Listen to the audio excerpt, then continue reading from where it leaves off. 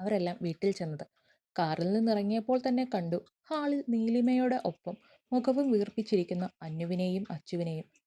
കുഞ്ഞി പണിപാളി. ഒരു വല്ലാത്ത ഭാവത്തോടെ ജിത്തു അത് പറയുമ്പോൾ ആണെന്ന പോലെ കുഞ്ഞിയും തലയൊന്ന് ആട്ടി. ബാക്കി എല്ലാവരുടെയും മുഖത്ത് പിന്നെ ചിരിയാണ്. ചേട്ടച്ചന്റെ പൊന്നിന്റെ മുഖത്തെന്താ കടുന്നല് കുത്തിയോ എന്ന് ചോദിച്ചുകൊണ്ട് ജിത്തു അന്നുവിന്റെ അടുത്തേക്കിരുന്നു. അനു അവന് നേരെ മുഖം വെട്ടിച്ചുകൊണ്ട് അവൾ ഒന്നുകൂടെ മുഖം വീർപ്പിച്ചു. നിങ്ങളെല്ലാവരും പോയപ്പോൾ ഞങ്ങളെ കൊണ്ടുപോയില്ലല്ലോ എന്നാണ് ആ പരിഭവത്തിനർത്ഥം എന്ന് അവർക്കെല്ലാവർക്കും അറിയാമായിരുന്നു. എന്നാൽ ഇതെല്ലാം കണ്ട് എന്താ ഇവിടെ നടക്കുന്നത് സംഭവം എന്ന് അറിയാതെ നിൽക്കുന്ന ഒരാൾ മാത്രമേ ആ കൂട്ടത്തിലുള്ളൂ. അത് നമ്മുടെ ജാനിയാണ്. ചേട്ടൻ്റെ ചേട്ടച്ചൻ്റെ കാന്താരികൾക്ക് ഇങ്ങനെ പിണങ്ങാതെ ദേ നോക്കിക്കേ, നിങ്ങളുടെ ചേച്ചിയമ്മയെ കൊണ്ട് വരാൻ പോയതല്ലേ ഞങ്ങള്. ചേട്ടച്ചൻ ഞങ്ങളോട് മിണ്ടണ്ട. രണ്ടും അവൻ്റെ കൈ തട്ട് മാറ്റിക്കൊണ്ട് വീണ്ടും പിണക്കത്തോടെ ഇരുന്നു. നീലിമേ, പിള്ളാര് രണ്ടും പിണക്കമാണെങ്കിൽ ഈ കുഴിമന്തി ഇനി എന്നാ ചെയ്യും എന്ന് ചോദിച്ചുകൊണ്ട് ജിത്തു ഇടം കണ്ണിട്ട് രണ്ടുപേരെയും ഒന്ന് നോക്കി. ഓഹ്, അത് പ്രശ്നമില്ല ജിത്തു. അവർക്ക് രണ്ടുപേർക്കും നല്ല പിണക്ക. ഇനിയൊന്നും കഴിക്കത്തില്ല, നിങ്ങളോട് ആരോടും മിണ്ടത്തുമില്ല എന്ന് പറയുന്നത്. അതുകൊണ്ട് ഞാൻ വീട്ടിൽ പോകുമ്പോൾ കൊണ്ടുപോയിക്കോളാം. ഇന്ന് വൈകിട്ട് ഇനി വേറൊന്നും ഉണ്ടാക്കണ്ടല്ലോ. നീലമ്മ അതും പറഞ്ഞുകൊണ്ട് ജിത്തുവിന് നേരെ കൈ നീട്ടി. അങ്ങനെ ഞങ്ങൾക്ക് ആരോടും പിണക്കമൊന്നുമില്ല. പിന്നെ ഞങ്ങളുടെ ചേച്ചിയമ്മയെ കൂട്ടിക്കൊണ്ട് വരാൻ പോയതല്ലേ. അതുകൊണ്ട് പിണക്കം തൽക്കാലം മാറ്റി അല്ലേ അച്ചു എന്ന് പറഞ്ഞുകൊണ്ട് അന്നു ജിത്തുവിന് നേരെ കൈ നീട്ടി. പറ്റില്ല പറ്റില്ല, നിങ്ങൾക്ക് പിണക്കാണ്. ഈ കുഴിമന്തി ഞാൻ കൊണ്ടുപോയിക്കോളാം എന്ന് നീലിമ പറഞ്ഞത് മാത്രം ഓർമ്മയുണ്ട്. അങ്ങനെ ആരും കൊണ്ടുപോകണ്ട എന്ന് പറഞ്ഞുകൊണ്ട് രണ്ടും കൂടി ജിത്തുവിൻ്റെ അടുത്തേക്ക് ഒരൊറ്റ ഓട്ടമായിരുന്നു.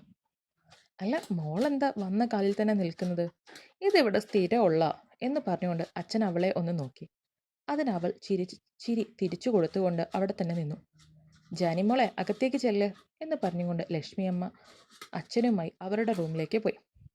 ഹാളിൽ പിന്നെ മിച്ചം ജാനിയും ഹരിയും ജിത്തുവും കുഞ്ഞിയും പിള്ളേരും നീലിമയും മാത്രമായി. എന്തു ചെയ്യണം എന്ന ഒരു പിടുത്തവുമില്ലാതെ ജാനി കുഞ്ഞിയെ ഒന്ന് നോക്കി. അവിടെ പിള്ളേരെക്കാളും കഷ്ടത്തിൽ കുഴിമന്തിയോട് മത്സരിക്കുകയാണ് ഐറ്റം. ഇവളല്ലേ കുറച്ചു മുൻപേ തങ്ങൾക്കൊപ്പം കഴിച്ചത് എന്ന ഭാവമായിരുന്നു ജാനിയുടെ മുഖത്ത്. അപ്പോഴാണ് തൻ്റെ തോളിൽ ഒരു കരസ്പർശം അറിയുന്നത്. തിരിഞ്ഞു നോക്കിയപ്പോൾ തൻ്റെ പാതിയായവൻ നിൽക്കുന്നു. ഒരു ഞെട്ടലോ വെപ്രാളമോ വിറയലോ എന്തൊക്കെയോ അവളെ വന്ന് പൊതിയുന്നത് ജാഗ്നി അറിഞ്ഞു. താൻ ഇനി ടെൻഷനൊന്നും ആകുമൊന്നും വേണ്ട, എല്ലാം സെറ്റായി. നാളെ നമ്മുടെ കല്യാണം കൂടി കഴിയുമ്പോൾ തൻ്റെ എല്ലാ പ്രശ്നങ്ങളും തീരും. അതുകൊണ്ട് സമാധാനമായി ഇരിക്കടോ. അപ്പോഴാണ് അവളുടെ കണ്ണു പോയിടത്തേക്ക് ഹരിയും ഒന്ന് നോക്കുന്നത്. കുഞ്ഞിയുടെ മത്സരം തന്നെയാണ് അവിടെ. എടോ കുഞ്ഞി, ആ ആക്രാന്തം എല്ലാം കഴിയുമ്പോൾ തനിക്ക് റൂം കാണിച്ചു തരും. എനിക്ക് കുറച്ച് തിരക്കുണ്ട് എന്ന് പറഞ്ഞുകൊണ്ട് അവൻ അവളെ കണ്ണൊന്ന് ചിമ്മി കാണിച്ചുകൊണ്ട് സ്വന്തം റൂമിലേക്ക് കയറിപ്പോയി. എല്ലാം കഴിഞ്ഞ് നേരെ നോക്കുമ്പോൾ കാണുന്നത് കുഞ്ഞിയും ജിത്തുവും പിള്ളേരും കൂടി ആസ്വദിച്ച് ഭക്ഷണം കഴിക്കുന്നതാണ്. ആ കാഴ്ച എന്തോ അവളുടെ കണ്ണുകളൊന്ന് കുളിർമയേക്കി. മനസ്സിൽ എന്തെന്നില്ലാത്ത ഒരു സന്തോഷം നിറയ്ക്കുകയും ചെയ്തു. അവളെപ്പോലെ തന്നെ നീലിമയും അവരുടെ സന്തോഷം നോക്കി നിൽക്കുകയായിരുന്നു. സ്വന്തം റൂമിൽ ചെന്ന ഹരി ലക്ഷ്മിയുടെയും മഹായുടെയും ഫോട്ടോ വെച്ചേക്കുന്നത് നോക്കി. ഞാൻ ചെയ്യുന്നത് തെറ്റാണോ ശരിയാണോ എന്നൊന്നും എനിക്കറിയില്ല. എൻ്റെ മുന്നിലിപ്പോൾ ജാനകി എന്ന പെണ്ണിൻ്റെ നിസ്സഹായതയും അവളുടെ ജീവിതവും മാത്രമാണ്. അവളെ എങ്ങനെയെങ്കിലും ഈ ഊരാക്കുടുക്കിൽ നിന്ന് രക്ഷിക്കണമെന്ന് തോന്നി. അതിലെല്ലാം ഉപരി അവളിലൂടെ എൻ്റെ കുടുംബത്തിനൊരു സന്തോഷം. പക്ഷേ നിന്നെപ്പോലെ ഒരിക്കലും എനിക്കവളെ സ്വീകരിക്കാനോ കാണാനോ കഴിയില്ല ലക്ഷ്മി എന്നൊക്കെ മനസ്സിൽ ചിന്തിച്ച് ഫ്രഷായി വന്ന് അവൻ കിടന്നു. പിള്ളേരെ രണ്ടും കിട്ടിയ അവസരത്തിൽ തന്നെ ജിത്തുവിൻ്റെ കൂടെ സ്ഥാനം പിടിച്ചു. നീലിമ അവളുടെ വീട്ടിലേക്കും പോയിരുന്നു, നാളെ രാവിലെ എത്താമെന്ന തീരുമാനത്തോടെ. ജാനിയും കുഞ്ഞിയും കൂടെയാണ് കിടക്കുന്നത്. ഇരുവരുടെയും ഉറങ്ങുന്നൊന്നുമില്ല, സംസാരത്തോടെ ഇരിക്കുകയാണ്. ഇപ്പോഴും സമയം 12 കഴിഞ്ഞിരുന്നു. കുഞ്ഞിയെ സംബന്ധിച്ച് തനിക്ക് നഷ്ടമായ അമ്മയുടെ സ്നേഹവും സാമീപ്യവും സംരക്ഷണവും ജാനിയിൽ നിന്ന് ലഭിക്കുന്നു. ജാനിക്കാണെങ്കിൽ നാളെ സംഭവിക്കാൻ പോകുന്ന കാര്യങ്ങളെക്കുറിച്ച് ഓർത്തുള്ള വെപ്രാളവും ടെൻഷനുമാണ്. അതിൻ്റെ ഇടയ്ക്ക് കുഞ്ഞിയുടെ ഓരോ സംശയങ്ങൾക്കും അവൾ ഉത്തരം കൊടുക്കുന്നുണ്ട്. സംസാരങ്ങളുടെയും കഥപറച്ചിലുകളുടെയും വെപ്രാളങ്ങളുടെയും ഒടുവിൽ നിദ്രാദേവി എപ്പോഴോ അവരെയും ഒന്ന് തഴുകി ഉറക്കി. 4 മണിക്ക് തന്നെ ലക്ഷ്മിയമ്മ ഉണർന്നു വന്നു. കല്യാണമല്ലേ, അതുകൊണ്ട് തന്നെ അതിൻ്റെതായ കുറച്ച് തിരക്കുകൾ ഉണ്ടായിരുന്നു അവർക്ക്. കുഞ്ഞിയെയും ജാനിയെയും വിളിക്കാൻ ചെല്ലുമ്പോൾ കാണുന്നത്. രണ്ടും കതകൊന്നും അടച്ചിട്ടില്ല. വൈകിട്ടെങ്ങാനും കുട്ടികൾ കയറി വരുമോ എന്നതുകൊണ്ടാണ് കതകടയ്ക്കാതെ കിടന്നത്. കുഞ്ഞിയെ തൻ്റെ മാറോടണച്ചു പിടിച്ചുകൊണ്ട് ജാനി. കുഞ്ഞിയാണെങ്കിൽ ഇറുക്കി വലിഞ്ഞാണ് ജാനിയെ വെച്ചേക്കുന്നത്. അവളുടെ കൈയും കാലും എല്ലാം ജാനിയുടെ മുകളിൽ തന്നെയാണ്. കാണുന്നവർക്ക് തോന്നും രണ്ട് സഹോദരികൾ. അല്ല, അമ്മയും മകളും തന്നെയാണവര്. അങ്ങനെയൊക്കെ ചിന്തിച്ചുകൊണ്ട് ലക്ഷ്മിയമ്മ നോക്കുമ്പോൾ കാണുന്നത് തൻ്റെ പുറകിലായി നിന്നുകൊണ്ട് തന്നെ അവരെ നോക്കുന്ന ഹരിയെയാണ്. അവൻ്റെ മുഖത്തും എന്തെന്നില്ലാത്ത ഒരു സന്തോഷമുണ്ട് ആ കാഴ്ചയിൽ. എൻ്റെ തീരുമാനം തെറ്റിയില്ല അല്ലേ അമ്മ? ഒരിക്കലും തെറ്റിയില്ല. ഒത്തിരി നല്ല കുട്ടിയാണവൾ. ജീവിതത്തിൽ ഒത്തിരി കയ്പുനീർ കുടിച്ചവൾ. അവൾക്ക് മാത്രമേ എൻ്റെ മോനെ മനസ്സിലാക്കാനും അതുപോലെ സ്നേഹിക്കാനും കഴിയൂ. നീയും അവളെ പൊന്നുപോലെ നോക്കണേ ഹരി. അമ്മയുടെ ആ വാക്കുകൾ തന്നെ തൻ്റെ ജീവിതത്തോടുള്ള ടെൻഷനും അവളോടുള്ള അതിയായ സ്നേഹവും തങ്ങളുടെ ജീവിതം എങ്ങനെയാകുമെന്നുള്ള ആദിയുമുണ്ടെന്ന് അവന് മനസ്സിലാക്കി കൊടുത്തു. അമ്മ ഒന്നുകൊണ്ടും പേടിക്കണ്ടെന്നേ. ജാനകി എന്നും ഈ ഹരിയുടെ നല്ല പാതിയായി ഇവിടെ തന്നെ കാണും. അവളുടെ കൂടെ എൻ്റെ കുട്ടികളും. മഹയിൽ സംഭവിച്ച തെറ്റ് ജാനകിയിൽ എനിക്കുണ്ടാവില്ലമ്മ. അങ്ങനെ കുറച്ചു നേരം കൂടി നിന്നിട്ട് ഹരി റൂമിലേക്ക് തന്നെ കയറിപ്പോയി. ഇനിയും നിന്നാൽ സമയം വൈകുമെന്ന് മനസ്സിലായി. ലക്ഷ്മിയമ്മ പോയി ജാനിയെയും കുഞ്ഞിയെയും കുത്തിപ്പൊക്കി. പിന്നീട് അങ്ങോട്ട് എല്ലാവരും ഒരുക്കത്തിൻ്റെ തിരക്കിലായിരുന്നു. കുഞ്ഞിയാണെങ്കിൽ ജാനിയെ ഇടവും വലവും തിരിയാൻ സമ്മതിക്കാതെ എന്തൊക്കെയോ മുഖത്ത് വാരിപ്പുരട്ടാൻ ചെല്ലുന്നുണ്ട്. അതിനൊന്നും സമ്മതിക്കാതെ ഇത് മതി എന്ന് പറഞ്ഞുകൊണ്ട് ജാനിയെ. ചേച്ചി പെണ്ണ് അവിടെ ഇരുന്നേ, കുറച്ച് മേക്കപ്പ് ഒക്കെ ആകാം. എൻ്റെ പൊന്നു കുഞ്ഞെ, എന്നാത്തിനാ ഈ മേക്കപ്പ്? ഇതെൻ്റെ ആദ്യത്തെ കല്യാണമൊന്നുമല്ല. നിനക്ക് അറിയാവുന്നതല്ലേ പൊന്നു മോനെ, വെറുതെ ഈ മേക്കപ്പ് ഒക്കെ വലിച്ചു വാരിയിട്ടിട്ട്. ചേച്ചി, നേരത്തെ നടന്ന വെറും ഡ്രാമയാണ്. ഇതാണ് ഒറിജിനൽ. അതുകൊണ്ട് കൂടുതൽ കഥയൊക്കെ പറയാതെ നല്ല കുട്ടിയായിട്ട് ഞാൻ പറയുന്നതൊക്കെ അനുസരിക്കാൻ നോക്ക് എന്നൊക്കെ പറഞ്ഞുകൊണ്ട് കുഞ്ഞു ജാനിയെ അവിടെ പിടിച്ചിരുത്തി. വേറെ നിവൃത്തിയൊന്നുമില്ലാതെ കുഞ്ഞിയുടെ മുൻപിൽ ജാനി ഇരുന്നു കൊടുത്തു എന്നതാണ് സത്യം. ജാനിയുടെ നിറച്ച് പീലികളുള്ള കണ്ണുകൾക്ക് നല്ല രീതിയിൽ ഐലൈനർ അങ്ങ് എഴുതി. കണ്ണിൻ്റെ അടിവശം കാജൽ കൊണ്ട് കറുപ്പിച്ചു. പിന്നെ രണ്ട് പിരികങ്ങൾക്കും നടുവിലെ ഒരു ചെറിയ കറുത്ത പൊട്ട്. മുഖത്ത് അത്യാവശ്യത്തിന് മേക്കപ്പ് ഉണ്ട്. ജാനിയുടെ ചുവന്ന ചെന്താമര പോലെ ഇരിക്കുന്ന ചുണ്ടുകളിലേക്ക് കുറച്ച് ലിപ്സ്റ്റിക്കും കൂടെ കുഞ്ഞി അങ്ങ് നിറച്ചു. സാരി നല്ല വൃത്തിയായി ചെറിയ ഫ്ലീറ്റിട്ടാണ് ഉടുത്തിരിക്കുന്നത്. നല്ല രീതിക്ക് ഉടുത്തതുകൊണ്ട് തന്നെ അവളുടെ ബോഡി ഷേപ്പ് അതിൽ വ്യക്തമായി തന്നെ അറിയാൻ കഴിയുന്നുമുണ്ട്. കഴുത്തിലേക്ക് ജാനി കൊണ്ടുവന്നതിൽ നിന്നും ഒരു ചെറിയ പത്താക്ക് എന്ന് പറയുന്ന പഴയ മോഡൽ കുഞ്ഞി നെക്ലേസ് ആണ് ഇട്ടിരിക്കുന്നത്. രണ്ട് കൈകളിലും രണ്ട് വളകൾ വീതമുണ്ട്. വലത്തെ കൈയിൽ സ്വർണത്തിൻ്റെ കറുത്ത മുത്തുകൾ കലർന്ന ഒരു ചെറിയ ചെയിൻ. ഇടത്തെ കൈയിലെ വിരലിൽ മോതിരവിരലിൽ ഒരു ചെറിയ മോതിരമുണ്ട്. കാതിൽ ഒരു ജിമ്മിക്ക് കമ്മൽ. മൂക്കിൽ ഒരു കുഞ്ഞി വജ്രത്തിൻ്റെ മൂക്കൂത്തി. അത്രയും ഇട്ടപ്പോൾ ജാനിയുടെ ഒരുക്കമെല്ലാം അവിടെ തീർന്നു. കുഞ്ഞിക്ക് ആ കമ്മൽ അത്രയ്ക്ക് അങ്ങോട്ട് ഇഷ്ടമായിട്ടില്ല. ചേച്ചി പെണ്ണെ, ഈ കമ്മലൊന്നും വേണ്ടെന്നേ, നമുക്ക് വേറെ ഇടാം. ആണോ? എൻ്റെ കുഞ്ഞിൻ്റെ ഇഷ്ടം എന്നാന്ന് വെച്ചാൽ അതങ്ങ് ചെയ്യ്. ജാനി അതും പറഞ്ഞുകൊണ്ട് കമ്മൽ കാതിൽ നിന്നും അടർത്തി മാറ്റി. കുഞ്ഞ് തന്നെയാണ് ആ സാരിക്ക് ചേരുന്ന കുറച്ച് മുഴുത്ത ജിമ്മിക്ക് കമ്മൽ അവളുടെ കാതിലേക്ക് ഇട്ടുകൊടുത്തത്. ഇപ്പം എൻ്റെ ചേച്ചിപ്പെണ്ണിനെ കാണാൻ ചൂപ്പരാ. ഇനി നമുക്ക് മുടി കെട്ടിയാം എന്ന് പറഞ്ഞുകൊണ്ട് ജാനിയെ കസേരയിലിരുത്തിക്കൊണ്ട് അവളുടെ ഇടതൂർന്ന നിതംബം വരെ കിടക്കുന്ന മുടിയിൽ കുളിർപ്പിന്നലിട്ട് മുടിക്ക് അടിയിൽ കൂടെ മുല്ലപ്പൂവും എടുത്തു വെച്ചു. ഇങ്ങനെ എൻ്റെ ചേച്ചിപ്പെണ്ണിനെ കണ്ട എൻ്റെ ഹരിയേട്ടൻ കണ്ണും തള്ളി വീഴും എന്നൊക്കെ പറഞ്ഞ് സ്വയം ഒന്ന് ആത്മപ്രശസ്ത നടത്തി കുഞ്ഞി. കാരണം ഒരുക്കിയത് അവളാണല്ലോ. ജാനിയും കണ്ണാടിയിൽ നോക്കി അത് സമ്മതിച്ചു. കാരണം തന്നെ കാണാൻ ഇത്രയും ഭംഗിയുണ്ടായിരുന്നു എന്ന് ജാനിക്കും ഇപ്പോഴാണ് മനസ്സിലായത്. പിള്ളേരെയും ഒരുക്കി താനും ഒരുക്കി വരാമെന്ന് പറഞ്ഞുകൊണ്ട് കുഞ്ഞി റൂമിലേക്ക് പോയി. ജാനി കുറച്ചു നേരം കൂടി കണ്ണാടിയിൽ നോക്കി തൻ്റെ സൗന്ദര്യത്തെ ആസ്വദിച്ചു നിൽക്കുമ്പോഴാണ് പുറകിൽ കതകടയുന്ന ശബ്ദം കേൾക്കുന്നത്. അവൾ തിരിഞ്ഞു നോക്കുമ്പോൾ കാണുന്നത് തൻ്റെ സാരിക്ക് മാച്ചിങ്ങായി എടുത്ത കസവും മുണ്ടും കുർത്തയുമാണ് ഹരി ഇട്ടിരിക്കുന്നത്. അവളുടെ കണ്ണുകൾ അവൻ്റെ മുഖത്തൂടെ ഒന്ന് ഓടി നടന്നു. കട്ടപ്പുരികവും ഡ്രിം ചെയ്ത താടിയും മീശയും. പിന്നെ ഇന്ന് ആദ്യമായി ആ മുഖത്ത് ഒരു ചുവന്ന കുറിയുമുണ്ട്.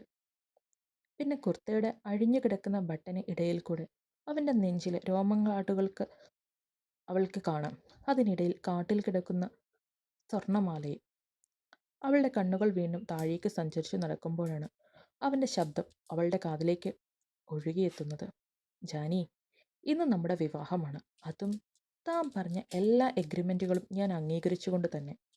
ഇന്ന് 11:35 കഴിഞ്ഞാൽ താൻ എൻ്റെ ഭാര്യയാകും, എല്ലാവരുടെയും മുൻപിൽ. നമുക്കിടയിൽ നമ്മൾ നല്ല രണ്ട് സുഹൃത്തുക്കൾ ആയിരിക്കും. പിന്നെ തനിക്ക് എന്നോട് എന്തും പറയാടോ. ഒന്നും എന്നിൽ നിന്ന് മറച്ചു വെക്കരുത്. ഇന്നലെ നിന്റെ വീട്ടിൽ നിന്ന് ഇറങ്ങിയ നിമിഷം മുതൽ നിന്റെ ഉത്തരവാദിത്തം എനിക്ക് മാത്രാ ജാനി. വിവാഹം കഴിഞ്ഞ് തിരിച്ചു വരുമ്പോൾ തൻ്റെ സർട്ടിഫിക്കറ്റ് തരണം കേട്ടോ. പിള്ളേർ പഠിക്കുന്ന സ്കൂളിൽ ടീച്ചറായിട്ട് ഒരു വേക്കൻസി ഉണ്ട്. അത് നമുക്കങ്ങ് സെറ്റാക്കാടോ. അവൻ അത് പറഞ്ഞ് അവസാനിപ്പിച്ചപ്പോൾ അവളുടെ മുഖത്തേക്ക് നോക്കി. അവളുടെ കണ്ണുകളിൽ അവനോടുള്ള സ്നേഹം, ബഹുമാനം എല്ലാം നിറഞ്ഞു നിന്നു. അവൾ പോലും അറിയാതെ അവളുടെ കരിമഷി കണ്ണുകളൊന്ന് നിറഞ്ഞു. എൻ്റെ ജാനിക്കൊച്ചേ, ഈ കാര്യങ്ങൾക്കൊക്കെ ഇങ്ങനെ കണ്ണു നനയ്ക്കാൻ തുടങ്ങിയാൽ ഇതെവിടെ ചെന്ന് അവസാനിക്കും എന്ന് ചോദിച്ചുകൊണ്ട് ഹരി തന്നെ അവളുടെ കണ്ണുകൾ തുടച്ചു കൊടുത്തു. എന്നിട്ട് വീണ്ടും അവൻ പറഞ്ഞു തുടങ്ങി. അപ്പോൾ ജാനി, ഞാൻ പറഞ്ഞു വന്നത് എന്ന് പറഞ്ഞുകൊണ്ട് അവളുടെ മുന്നിലേക്ക് ഒരു പേപ്പർ അവൻ നീട്ടി.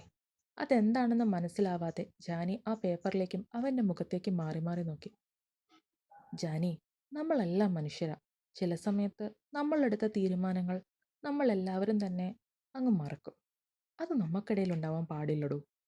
പിന്നീട് ഒരിക്കലും നിനക്ക് ഭാര്യയുടെ അവകാശങ്ങൾ കിട്ടിയില്ല, അത് കിട്ടിയില്ല, ഇത് കിട്ടിയില്ല എന്ന് തോന്നുകയോ പറയുകയോ ഒന്നും ചെയ്യരുത്. അതുകൊണ്ട് നമുക്കിടയിൽ ഈ എഗ്രിമെൻ്റ് എപ്പോഴും നല്ലതാണ് എന്ന് പറഞ്ഞുകൊണ്ട് അവളുടെ മുന്നിലേക്ക് ആ പേപ്പർ നീട്ടി. അവൾക്ക് ചെറിയൊരു വിഷമം തോന്നി. തോന്നാതിരിക്കില്ലല്ലോ. ഉള്ളിൽ എവിടെയോ അവനോടുള്ള ഒരു പ്രണയം മൊട്ടിട്ടു തുടങ്ങിയിരുന്നു. ഇനി ഒരിക്കലും അത് പ്രതീക്ഷിക്കുവാൻ പാടില്ലെന്ന് അവൾ അവളുടെ മനസ്സിനെ പറഞ്ഞ് മനസ്സിലാക്കിക്കൊണ്ട് മുഖത്തൊരു ചിരിയും അണിഞ്ഞുകൊണ്ട് അവൻ്റെ കയ്യിൽ നിന്നും ആ പേപ്പർ വാങ്ങി അതിൽ ഒപ്പിട്ട് കൊടുത്തു. അവനും അതേ ചിരിയോടെ തന്നെ ആ പേപ്പർ വാങ്ങി അതിനടിയിലേക്ക് സൈൻ ചെയ്തു. അപ്പോൾ 2026 ജൂൺ 26-ാം തീയതി ഇന്ന് 11:30 ഹരിനന്ദൻ്റെ ഭാര്യയാകാൻ ജാനകി ഒരുങ്ങിക്കോ എന്ന് പറഞ്ഞുകൊണ്ട് അവളുടെ കവളിൽ ഒന്ന് തട്ടി അവൻ റൂമിൻ്റെ കതക് തുറന്നു.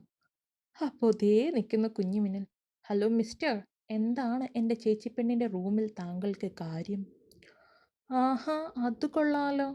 എൻ്റെ ഭാര്യയുടെ റൂമിൽ ഞാൻ എന്തിനാണെന്ന് ചോദിക്കാൻ നീ ആരാടി?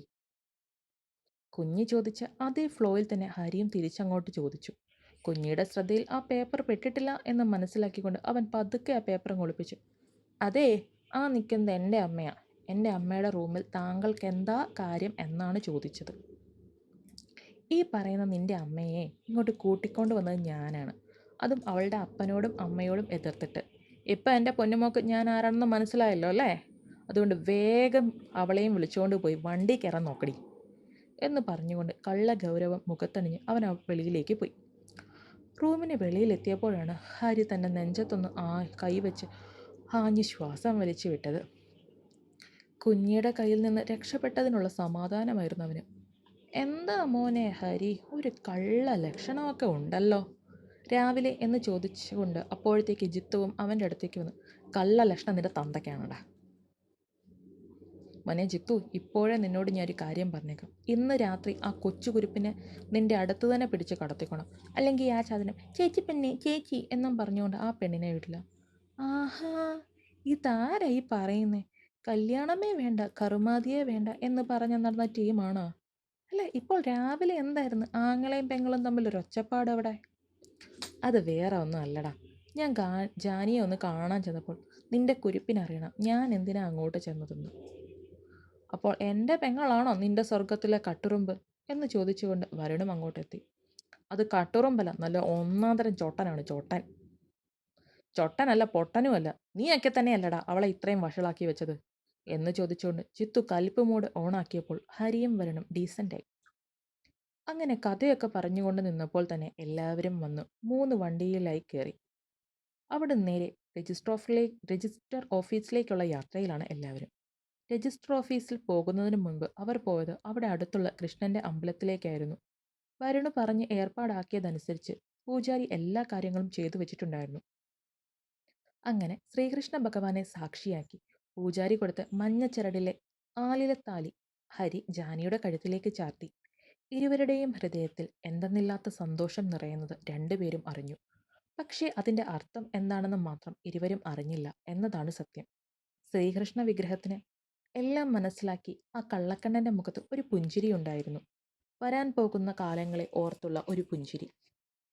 താലി ചാർത്തിയ നിമിഷങ്ങളിലെല്ലാം ജാനിയുടെ കണ്ണുകൾ അടഞ്ഞ് കൈകൾ രണ്ടും കൂപ്പി അവൾ ഭഗവാനോട് ഇതെന്നും തന്നോടൊപ്പം തന്നെ ഉണ്ടാകണമേ എന്ന പ്രാർത്ഥനയിലായിരുന്നു. കുഞ്ഞിയാണ് ജാനിയുടെ മുടി പൊക്കി കൊടുത്തതുമെല്ലാം. ജിത്തുവും വരുണും പിള്ളേരും എല്ലാം ഫോട്ടോ എടുക്കുന്ന തിരക്കിലായിരുന്നു. ലക്ഷ്മിയമ്മയും അച്ഛനും തൻ്റെ മകൻ്റെ ജീവിതത്തിൽ ഇനി വിഷമങ്ങളൊന്നും ഉണ്ടാകരുതെന്നും ദീർഘസുമംഗലിയായി അവൾ ഇരിക്കണമെന്നും പ്രാർത്ഥനയിലായിരുന്നു.